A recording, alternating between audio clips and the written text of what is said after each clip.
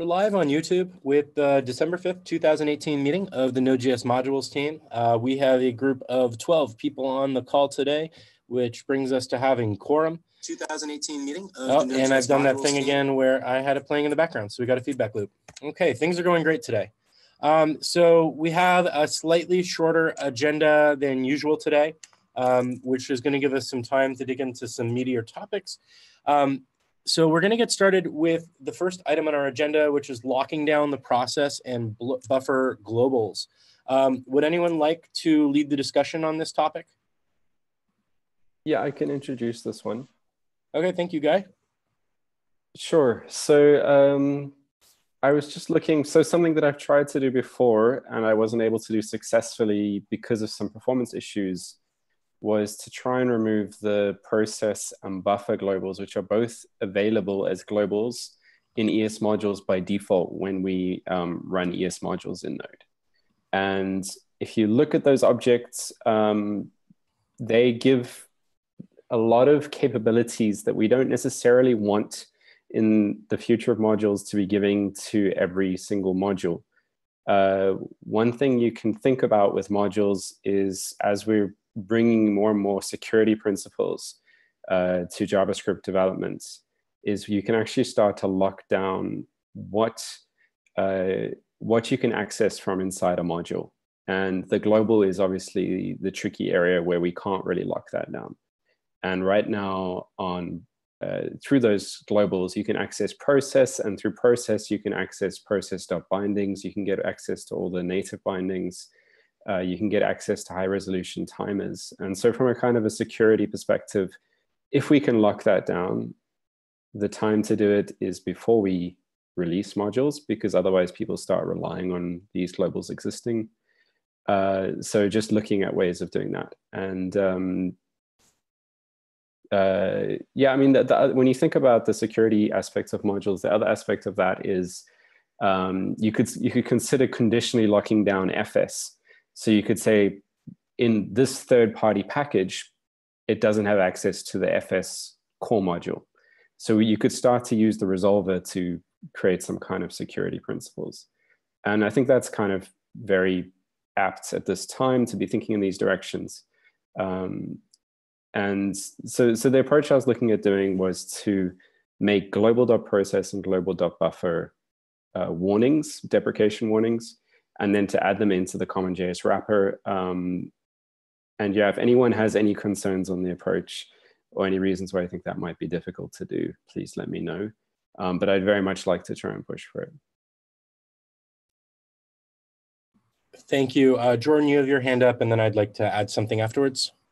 Yeah, so I, in general, think buffer is a weird thing to be global. Like I like the idea of not having it be a global. I like the idea of limiting the privilege granting things that are on process from being globally available. I have a few concerns. One is I think the existence of process is critical in all code because people use it for platform protection. Not all the things on process, but the object itself and probably a few of the things. So I don't think it's reasonable. I think a better approach for process would be to look into moving the dangerous parts off of it instead of looking into getting rid of the whole object. And then the secondary concern, or not secondary, but the next concern is I really think it's not a good idea to try and be opportunistic about ESM as a way to allow, alleged mistakes to be corrected. I think that it's totally accurate, and that if there are mistakes we want to clean up, that cleaning them up prior to shipping ESM is a great thing, because then people won't have them available in ESM ever. But I think that like if we're trying to look into restricting module capabilities, that something that works for that is going to have to work for CJS too, I think, or at least it's going to have to be thought out for how it works for CJS too. And I don't think that that we should be trying to leverage the ESM initiative to try and do things that aren't actually directly related to ESM.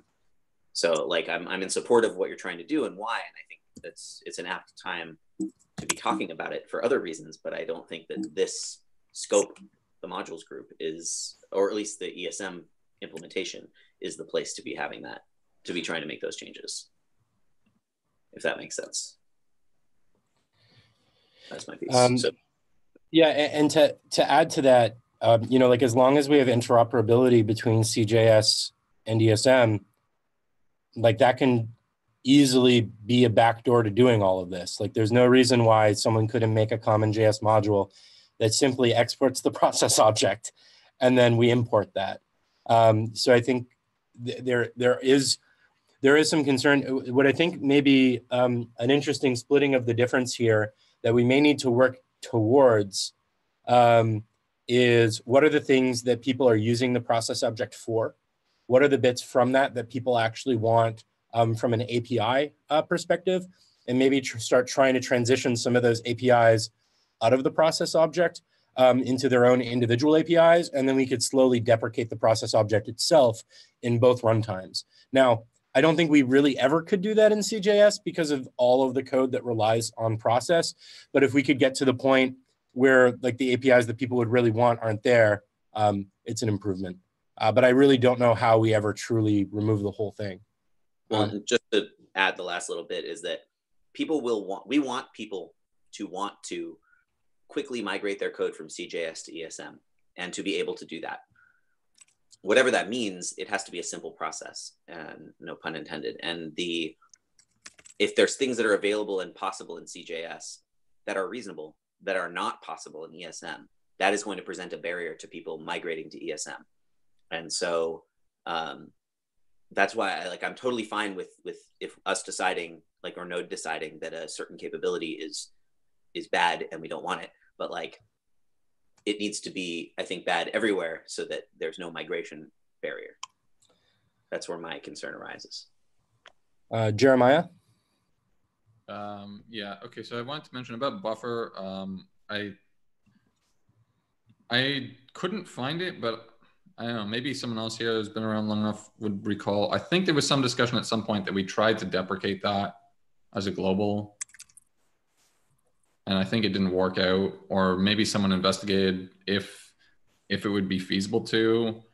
It really shouldn't be a global, but like everything depends on it. You have a similar problem with process, like removing things from process is exceedingly difficult to do because so much stuff relies on it. I think we would probably want to be so I'm not really sure if we were removing if we were moving things from process in both environments, I think that would be, well, it would take a really long time and there's no guarantee it would be able to be done. If we do it separately for ES modules, I think that's going to be confusing. If we just want something for platform detection, we may want to introduce something else, but I mean, that's not going to be backwards compatible. So I'm not really sure. Here's a question though. Has anyone considered the impact of migrations from existing like Webpack and stuff that have access to this? Or is that code going to have to be migrated so much anyways that it doesn't really matter if there's a bit more? Guy, Wes just mentioned in the chat that he has a direct response to the question Jeremiah just asked. Do you mind if he speaks first before you? No problem. Okay, Wes, did you have something to add to that?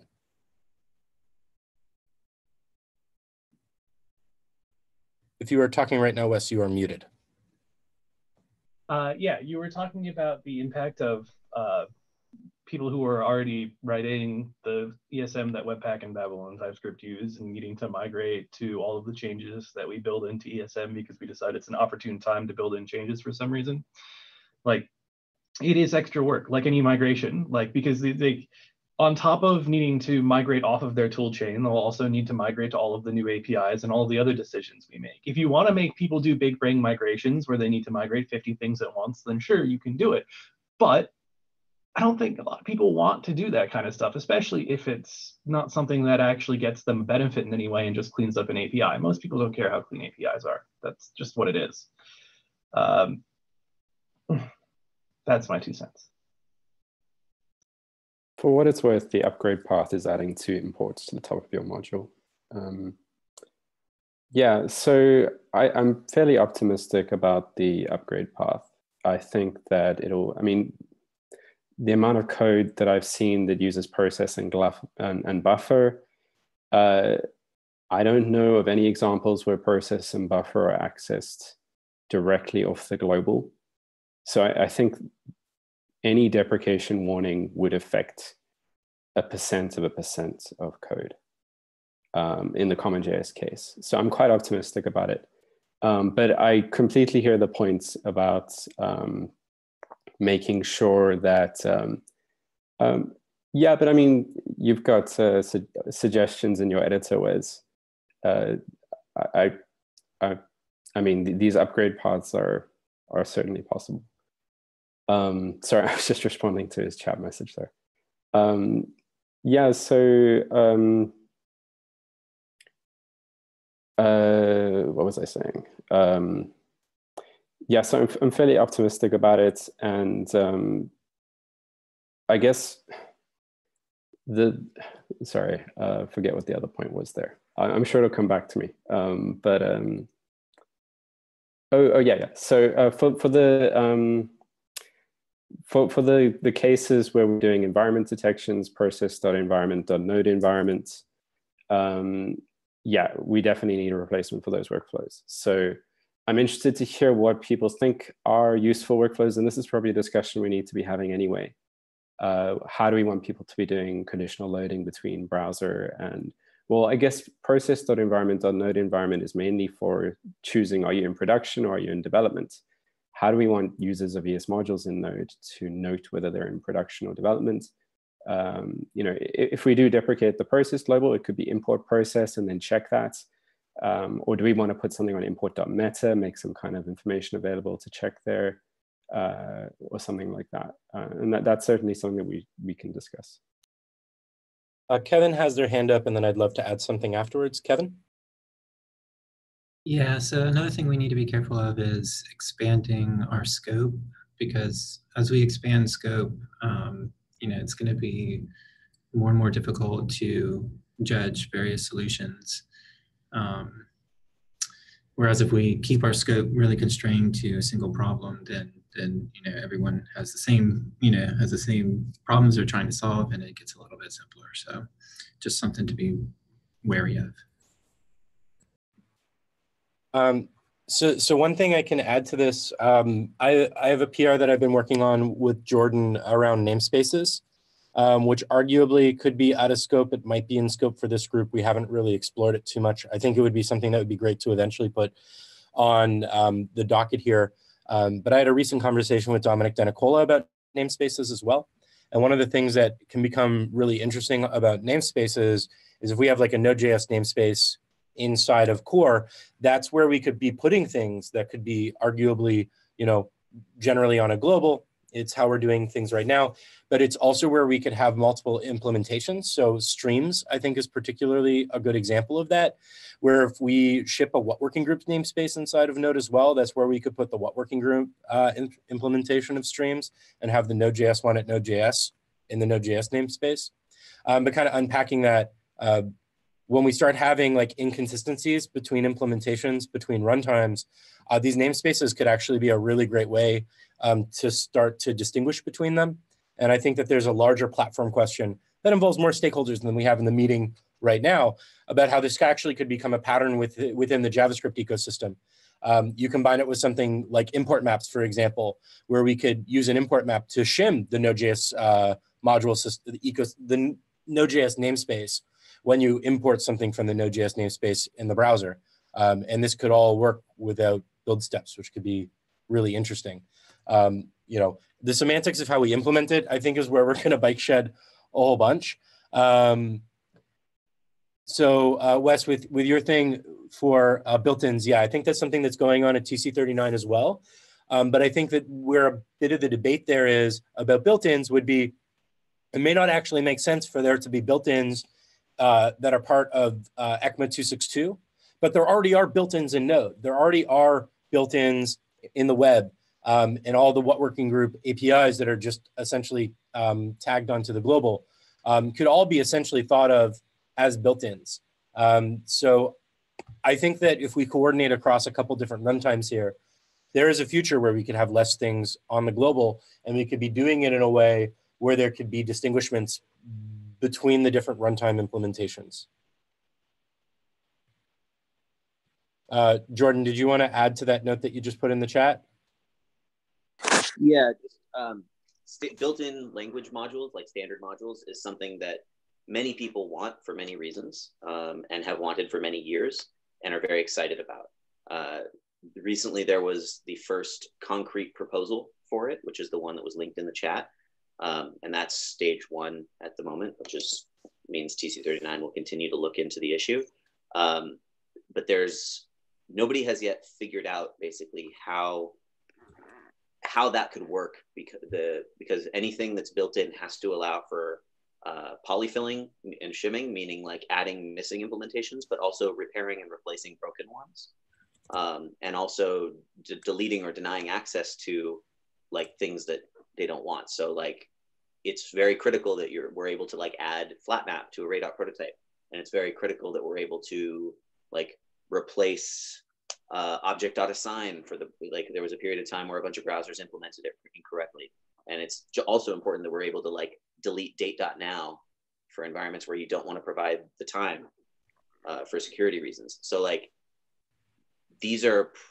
all of these things have to be supplied or have to be addressed somehow in order for built-in modules to be a thing.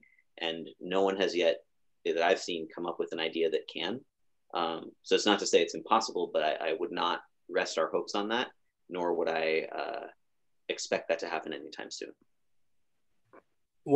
I think that we've perhaps reached the conclusion of where we can get on this topic today in the chat. I think this is a really interesting subject matter, and perhaps we should have a tracking issue on it. One thing that I do want to add that I think is worth exploring is the Node.js project is going to have a Collaborator Summit just before JSConf-EU, and there will be a TC39 meeting just after JSConf-EU in May. And so one of the things that we've been discussing is perhaps expanding the scope of that meeting to maybe expand into more of these problems that are becoming more apparent of cross-platform collaboration. So just kind of something to put in the back of your mind, like perhaps this is something that we could start working towards and getting different stakeholders and start getting people on board, that maybe we could have like a day of the summit around some of these cross-platform concerns at our Collaborator Summit just before JSConf-EU. Guy, you had your hand up. Did you want to add one more thing before we move on to the next item? No, I was just going to say that, I mean, in terms of the scope, I feel like that the way that the discussions played out there, a lot of people were saying, well, let's just get the discussion going on to Node Core, and I tend to agree. And it isn't necessarily something that the modules group needs to focus on explicitly. I was just hoping that,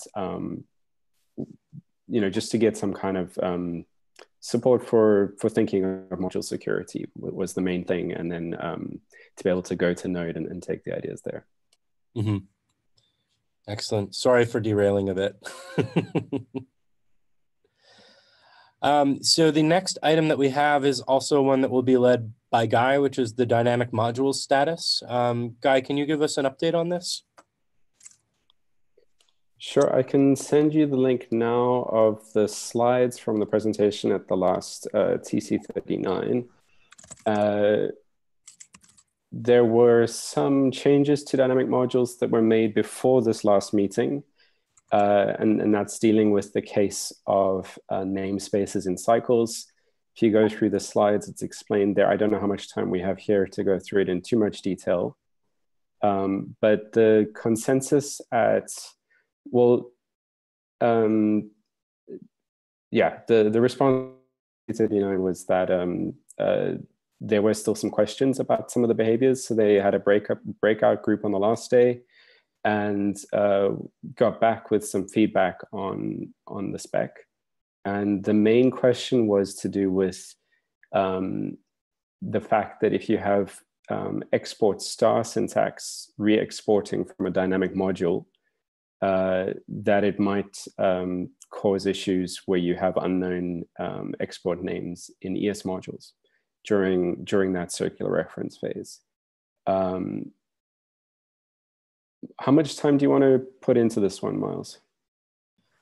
So we have two more agenda items after this. One is the specify import specifier resolution proposal and the add package export. So how much time do you need for discussing, like maybe 15 minutes for the import file specifier discussion? And then Jan, how much time would you need for the add package exports discussion?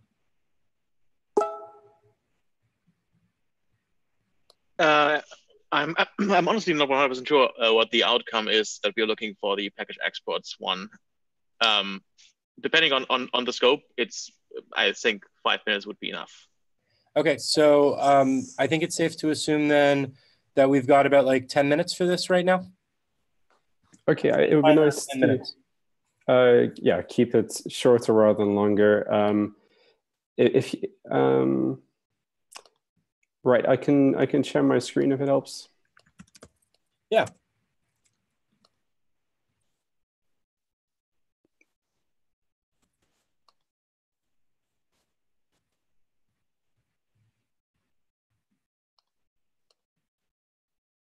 Okay.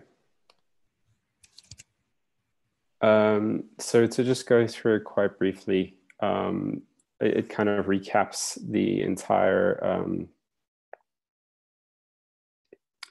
proposal, and then deals with the main difficult case, which is the dynamic namespace problem, which is this example here, where you have a CommonJS file that exports a name, and you need to export it. You have to execute that CommonJS file to know what those names are. And if you have the cycle between main 1 and main 2, where the execution order will end up being that main 2 executes first because it's in a cycle with main 1. So we execute main 2 first, then we execute CJS, then we execute main 1. And in main 2, it's able to get access to the getNS function from main 1, which is getting access to the CJS namespace from the CommonJS module before it's actually executed. So you're getting access to a namespace of a dynamic module before the dynamic module is executed. And so this is kind of the edge case that we've been fleshing out. And the behaviors there have been pretty much well-defined now. So the behaviors are the dynamic namespace gets marked as an appending state. It has no exports in that cycle case. The is extensible property returns true. You can't write to it. And then as soon as that CommonJS module gets executed here, and it sets the value of the CommonJS module with the name export equal to value, and it knows the export name, then it adds all the exports onto that namespace object and marks it as extensible false. So that's kind of the main thing we've been working on, is finalizing that. And then the edge case that TC39 were discussing was, well, what if you have an export star from main 1? Then main 1 is now effectively non-statically analyzable, even though it is still an ECMAScript module. Sorry, where main 1 exports star from the CJS module. So kind of, it's the transitive re-exports. And what they asked for was, they said, could we just ban star exports from dynamic module namespaces entirely? So that would basically be the, if I tried to do export star from cjs.js here, you'd get an error in the actual JavaScript engine that would say, you cannot star re-export from the dynamic module cjs.js in main 1. And that was what TC39 were asking for, because they said it's fine to have all these namespaces behaviors, but if it is going to then spill into ES modules as well, where if you have a cycle with main 1, you don't know its exports on the namespace. So that was what TC39 were asking for, and that seemed very reasonable to me. I don't think it seems like a huge loss to lose this. you can still do named exports. So you can do export name from CommonJS, or you can list the names, and you can still do the namespace import. You just won't be able to do star re-exports from CommonJS modules, basically. So that'll be the one restriction. And then TC39, we're open to extending that restriction over time. For example, if you're not in a cycle, then you know if we've already executed CJS, we know all its exports. So there's no reason why this can't work. So we could potentially then come back to those use cases and open them up. But the initial idea was to just lock that down. So that was more or less the feedback. So the goal was to go ahead and implement that into the spec, this change to lock this down, and then to take it back at the next meeting. And then it sounds like we'll be able to get approval to go forward from there. Gus has his hand up, and then I'd love to ask a question afterward. Gus? What you were talking about before you edited the slide about accessing unfinished namespaces, was there, I don't know, maybe if I missed it, was there a specific concern around that? Because it's already possible to do that, like right now, without dynamic modules. So right now in a cycle, you can access a namespace of a module that hasn't executed, but that namespace object will have all the exports of that module, because exports in ES modules are statically analyzable. So you know all the export names of a given module before execution. CommonJS modules are different. We don't know the export names before execution. We only know the export names after execution. So if you're in a cycle and you get the namespace, it's going to have no exports. And then later on, when the cycle's finished, it'll have exports. And that's this kind of pending unfinalized phase, and then there's a finalization. So the question that I was going to bring up was just kind of about the order of operations in which this was going to happen. So if I recall, and then Guy, please correct me, what we had talked about before was like TC39 was kind of saying that they would do it if V8 would do it, and V8 would do it if Node would do it, or was it in the other direction? Sorry, can you just say that again? So we kind of have an order of operations here, Yeah, where like we need this change to be adopted by TC39, and in turn then for it to exist in Node, we need it implemented in V8, right, which I believe you have a CL, which in turn also requires some sort of consensus in Node. So if I recall correctly, I think V8 was waiting for kind of like TC39 to say that they would allow for this. But I think for all of that to happen, we need consensus over in Node that this is something that we want. Is that an accurate description? Yeah, so it's just like making a Bitcoin Lightning payment. You know, it's like the reverse thing. So we're setting everything up, and then we're going to run the chain. So yeah, the goal has been to get TC39 to give provisional approval, to get V8 to say that if Node wants it, they'll merge it, and then for us to then have the final say. And then if we want to go ahead, we can go to V8 and say we want this, and then V8 can go to TC39 and say let's merge this into ECMA 262. So that was the kind of goal. So just a quick question on that. From the meeting in which you brought it, how close are we to having TC39 approval on this? So Bradley is hopefully going to bring it up at the next TC39 in January with these new changes.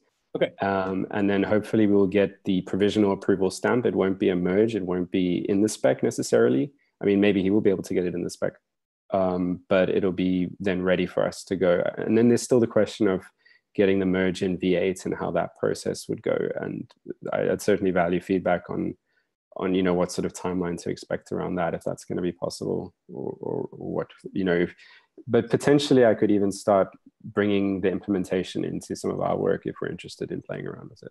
Yeah, because we could theoretically float that patch on V8 in our tree. Jordan, I'm going to add one more thing and then it's all you. What I think we need to do as at least the modules team though, and we have consensus here and we have quorum here right now, is perhaps reach consensus that we want to do this. Because if we don't have consensus in this group right now that this is a change that we want to see, then I think we need to be working on that in our own house. But if we have like a coalition here saying, hey, this is the Node modules team stamp of approval, I can go and just tell that to the TSC and we can open an issue on core, give people an opportunity to object.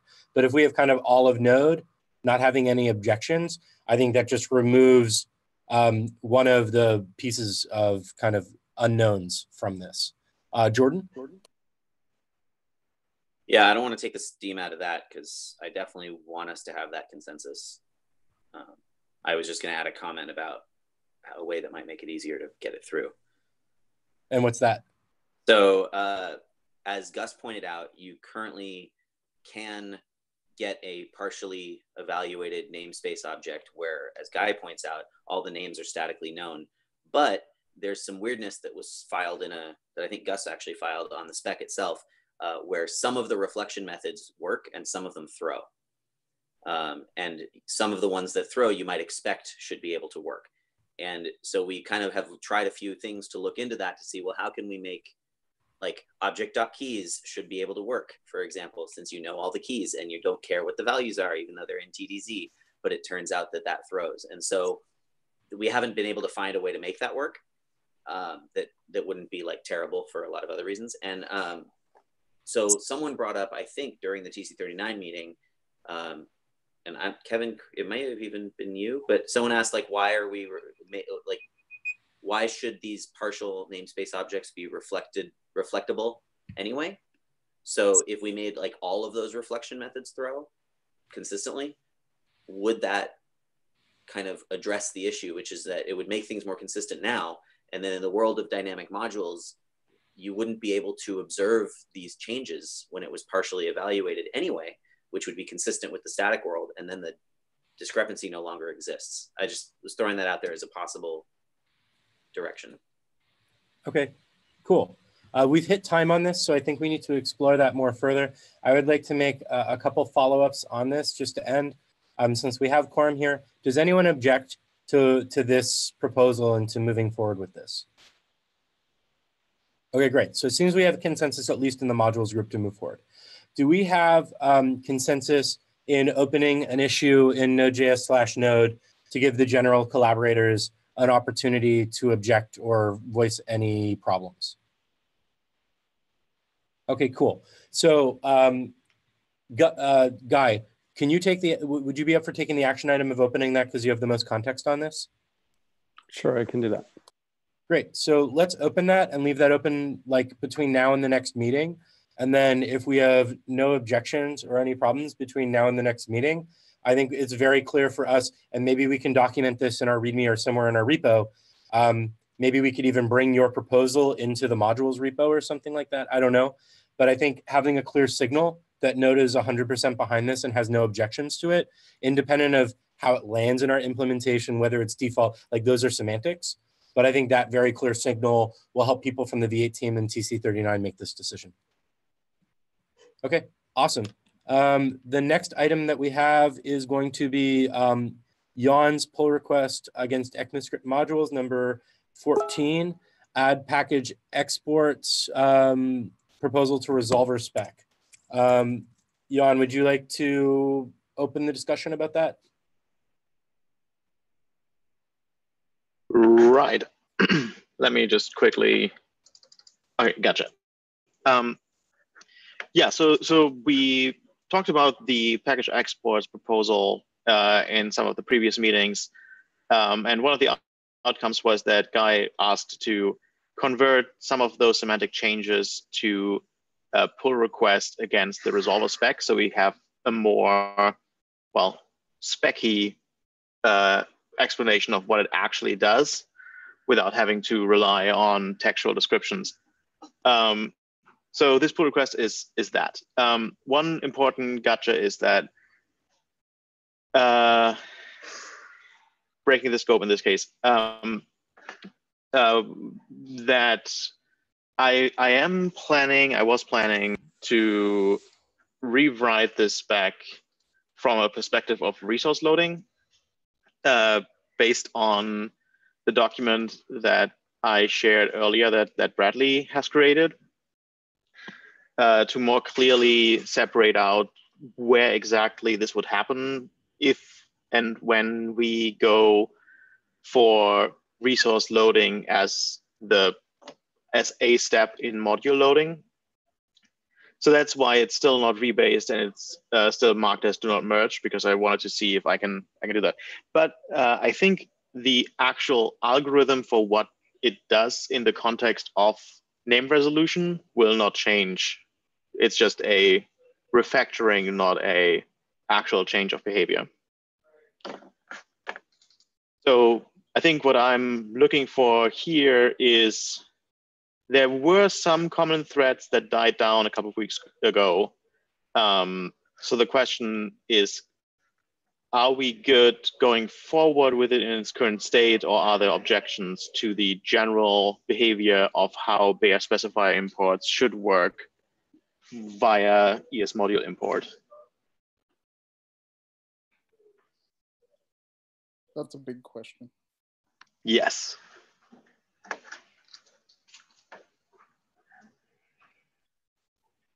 I'm taking notes, but whenever I get on the queue, let me know. Okay, so Jeffrey's got his hand up, and then Bradley afterwards. I don't have any objections. I was just going to say, do we maybe want to set a tentative, I don't know about deadline, but a goal for maybe by the next meeting, if you want to finish the spec document you were working on, and then I guess just it's on, everyone has homework to take a look at the proposal, take a look at the spec, take a look at the open issues on that repo, and then like if anyone has any further, notes they want to address to open issues on that repo, so we can start to try to wrap this up and kind of move towards getting final consensus on it.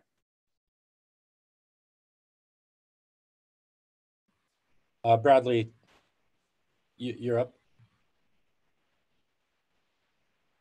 Brad, if you're talking, you're muted. No, I just had to switch. So the one thing I didn't see, maybe I missed it in an issue thread somewhere, is where you cross multiple package boundaries or you cause thrashing of resolution.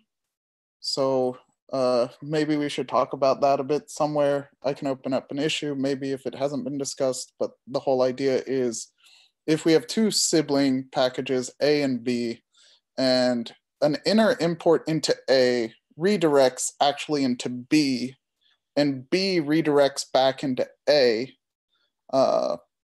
basically how we resolve any sort of cycle, or make it so they can't cycle by, say, that you can't have your exports point to something in a different package. I don't know. Yeah, to clarify, for this case, the behavior does not allow for chaining right now. The only thing that you can map to is a relative URL that will be resolved using relative URL resolution semantics relative to the package boundary. And at that point, there is no additional resolution allowed anymore. It's just a relative URL relative to the absolute URL of the package.json file, basically. So a quick question for you, Jan. So like I'm looking at this, I'm seeing, we have the exports. I'd love to see something better than the empty export. Like that's kind of like a weird, like the empty string there. And I know that that's just supposed to be for the main, but that kind of weirds me out a little bit. I'm also curious about how people feel about extending what the root means. So like, in Node, we've been pretty consistent that root means the root of the file system rather than the root of the module. But this has been an inconsistency and will be an inconsistency with how ESM works in the browser. So this actually is like arguably a positive thing to be exploring. But it's definitely something I think we need larger buy-in outside of this working group. And then the last bit that I was thinking about was just how this will in turn interact with the import map proposal. I think that this very well is like metadata that can be used for generating the import maps, but I'd like to really work on ensuring that the semantics of how we're doing things is compatible with import maps and complementary, which I really think it can be, but it seems like getting someone like Dominic's input on this and perhaps even a caveat into the import map proposal itself would be very helpful here. Brad, you have your hand up? So I'm super crazy uncomfortable with rewriting what the leading slash means because it won't work like how it is in the browsers. So in particular, if you have two packages with leading slashes in the browser, it's always going to be related to the same document base. And if we do it per package, that's not going to be true in Node. Just in terms of scoping, this is not rewriting the leading slash in an import statement.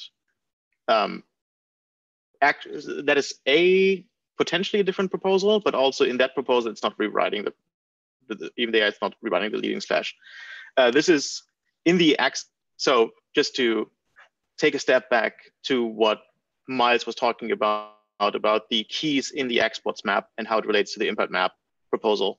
So it is directly based on the import map proposal.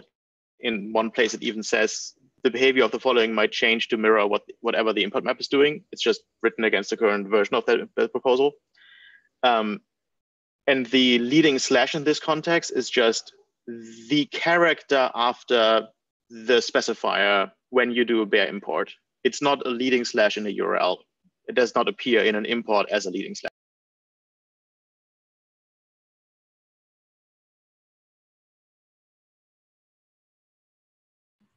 Bradley, you've got your hand up, and I think we should wrap this up in 2 minutes because we've run a little over and we'll only have 10 minutes. I'm just tabbing between stuff. Sorry, it's down.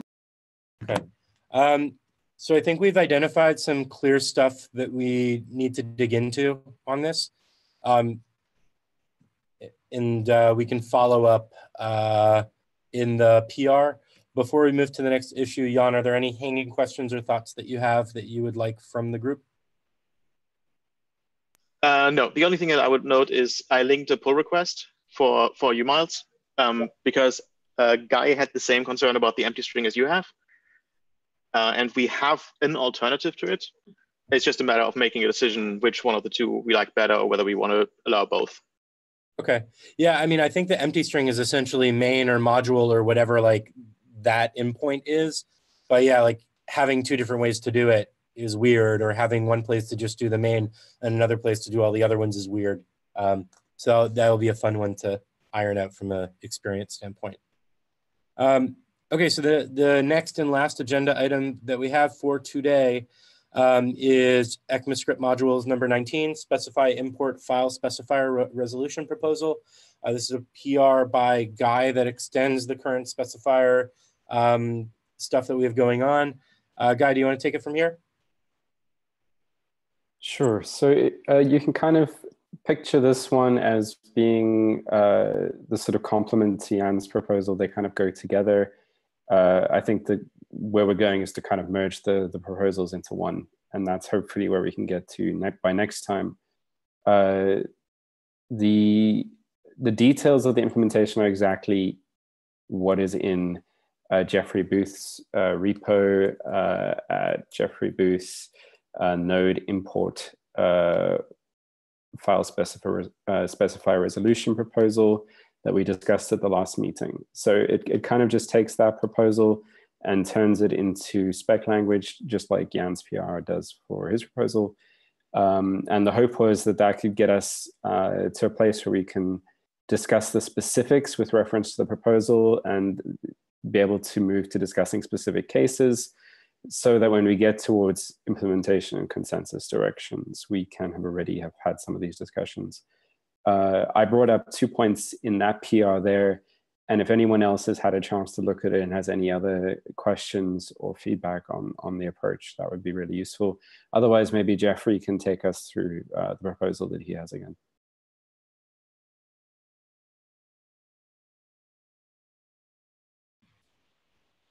I'm happy to do that unless anyone had questions. My only point about that that pull request would be like, if you have, let's try not to just put like every possible concern as comments on that like PR about the spec, if you don't mind. Like, let's just open them as issues on the repo for the proposal, just so we can kind of keep track of things.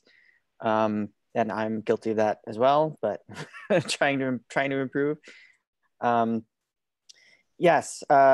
So leading slash, I mean, I have nothing against it. It's just sort of like, I just wanted to limit the scope of this to be like, you know, there's a lot of things that, you know, this is not the last PR that we will be doing on ECMAScript modules. So, you know, if we want to do another PR that has leading slash be the file system root, that's totally fine.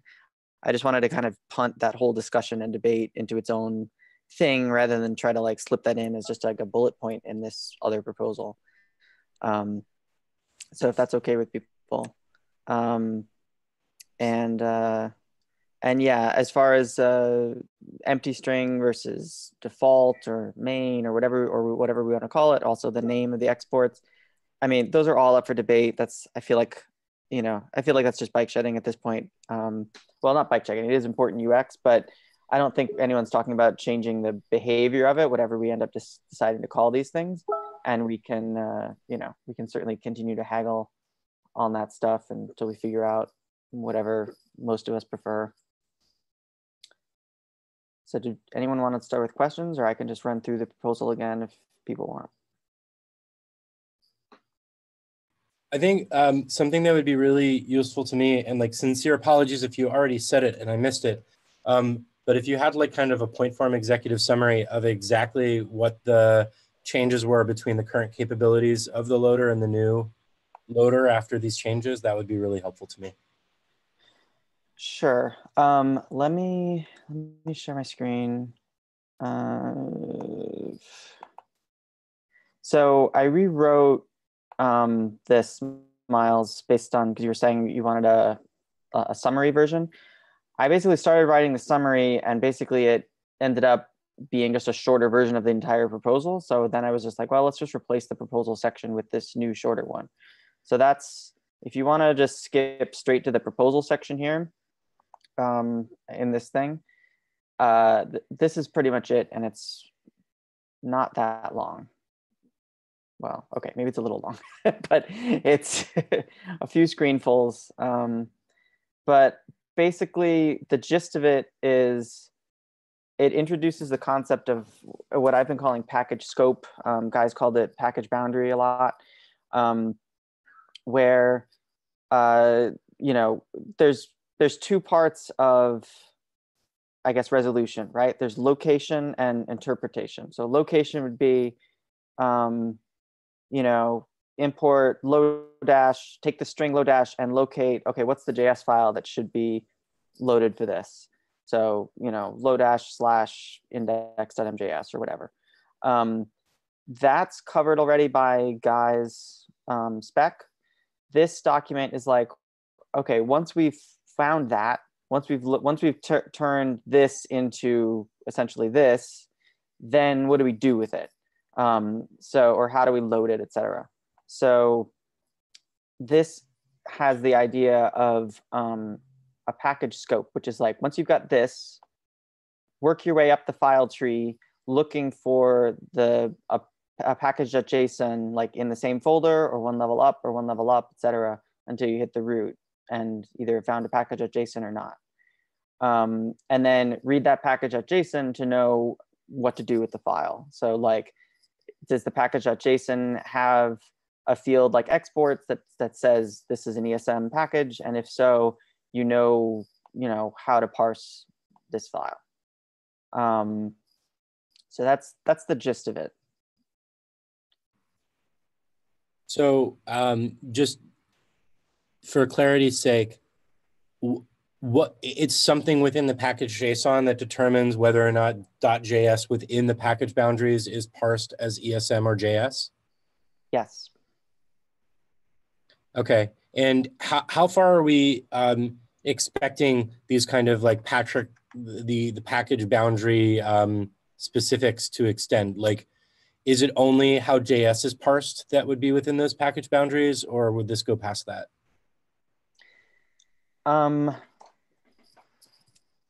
I was thinking, I mean, this only concerns itself with JS and MJS files. We don't really go beyond that, but my assumption would be that for any file that had a parse goal, that this would apply to any such file. But Guy is more the expert on that stuff, so maybe he should take that. Brad, you have your hand up? I'll wait for Guy. I'm taking notes. Okay, Jordan? Yeah, I guess I see the value of having of within a package boundary kind of being able to essentially make your own import map. you know, where you can say like in the screen that's being shared, where like if you try and import sign-on/stub, instead you go into the dist folder. That seems hugely valuable right now for all the current use cases where everyone is like Babel transpiling, and if you want a deep import, you have to include a /build or /lib or /dist, and you have to know the magic folder name they chose. This would kind of help avoid that, which is great. So I guess that leads to my next question is, why aren't we just doing this in CJS and also for ESM? Like, why limit it to ESM, and why have it?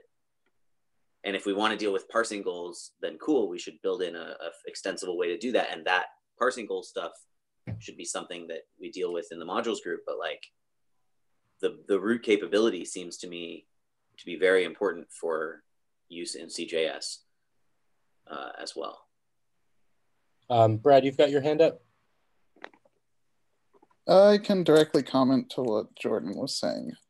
So a while ago, we did have a presentation on applying loader kind of semantics to CommonJS and how we can make it work even if we have asynchronous loaders. The key point here and in this proposal is it introduces a system that we can query without collisions about what the expectations that a file should be interpreted as. That doesn't mean that all APIs are safe to use on it, but even if we introduce this capability for CJS, we still need that underlying infrastructure to produce that queryable interface that we have this collisionless format for any given resource. And we could certainly apply this to CJS. I think CJS loaders are very hard, but we can work on them if desirable. I just don't think it's the first thing I would do. I will do my best to ensure that everything stays compatible, that we could apply it to CJS, and I'll probably voice angrily if I can't think of a way it could, but that doesn't mean that implementation on CJS should block our progress as a group. So Jan, I'm sorry, but I don't think we're going to have time to get to your question right now. I'll have to kick it back to the pull request. I'm going to get kicked out of this room right at 4. Though I guess one thing I just want to get out there is perhaps if this lands, this seems to get us a lot of the capabilities of what we'd want. I wonder how much more we would need before we could move towards upstreaming some of the work that we're doing. So I just want that as like a thought in people's heads, just as we continue to think about deadlines and goals. I'm gonna end the meeting now. I'm getting kicked out. Thanks everyone for joining today. This is a great productive meeting, lots of cool stuff to think about. See you all in 2 weeks. And if everyone could just please look at the 2 proposals before next week so we could try to wrap them up soon, I would appreciate it. Awesome. Thanks everyone.